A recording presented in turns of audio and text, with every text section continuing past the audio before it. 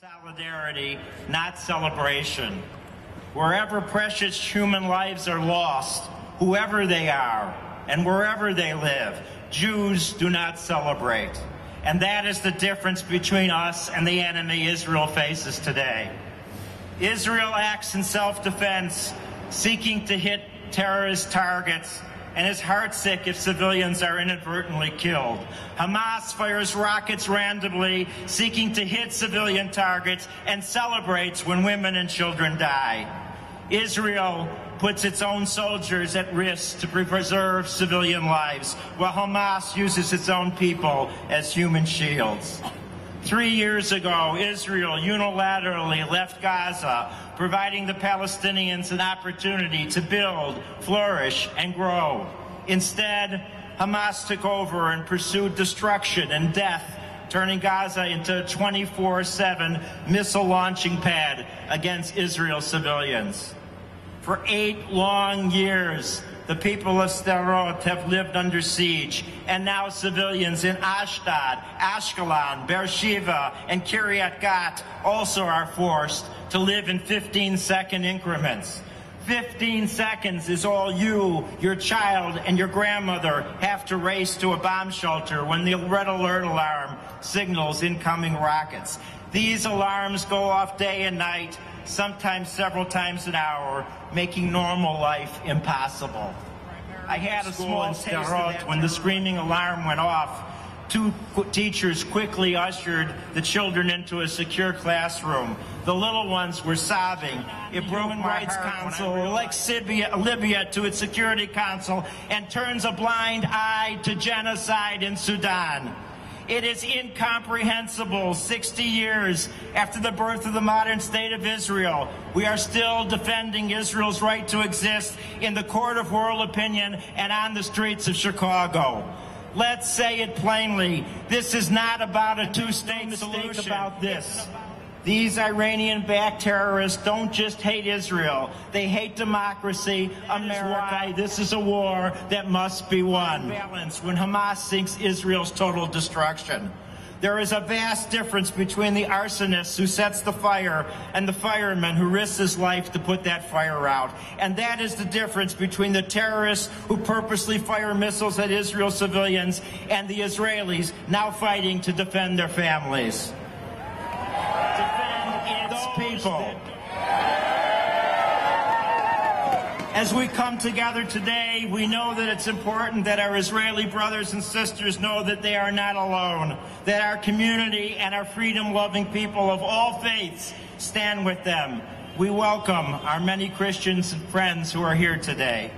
We especially want the people of Israel to know that the worldwide Jewish community loves them, stands in solidarity with them, and will speak for them. We will speak out for the Israel children who have never known life without daily rocket attacks. We will speak out for their parents who for 8 long years have not been able to take a shower, read a book, drive a car, go to work, go to sleep without being interrupted by the reality or the fear of rocket fire. We will speak out for the Israelis who have survived rocket attacks, persevered, and rebuilt their lives. We will speak out for the young Israeli men and women who put their lives on the line to defend the Jewish state. We will speak out for our brothers and sisters throughout Israel who want nothing more than to live a normal life of security and peace. From this rally, we will return to our homes to bring in Shabbat Shalom, the peace of the Sabbath. In so doing, we will be giving expression to our most precious beliefs about the sanctity of human lives and about our people's desire to live in peace. We will all have in mind that son of all the Jewish people, Gilad Shalit, who still languishes as a Hamas hostage. Let Gilad go home to his family and to his Shabbat table.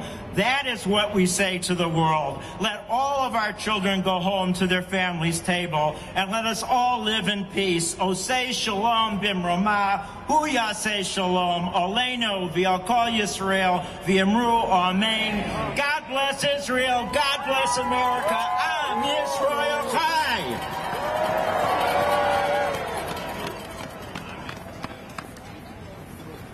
You can see why we're so blessed to have Steve's passion and creativity, and so welcome his remarks. It's now my pleasure to introduce the newest, or one of the newer members of the Chicago Jewish community, our new Consul General to the Midwest. Does it with grace. Thank you. 15 seconds.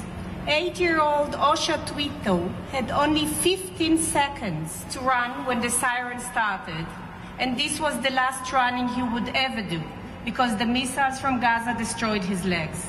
Both his legs had to be amputated. This is not a horror movie, but daily reality in the southern of Israel for the past 8 years. We pulled out of Gaza in 2005. No Israeli soldier or civilian has been in Gaza since, yet 6,500 missiles have been fired from Gaza into Israel since. We had hoped that self-rule would be used by the Gazans to build hospitals, homes, and schools. Instead, they have built warehouses to store ammunition.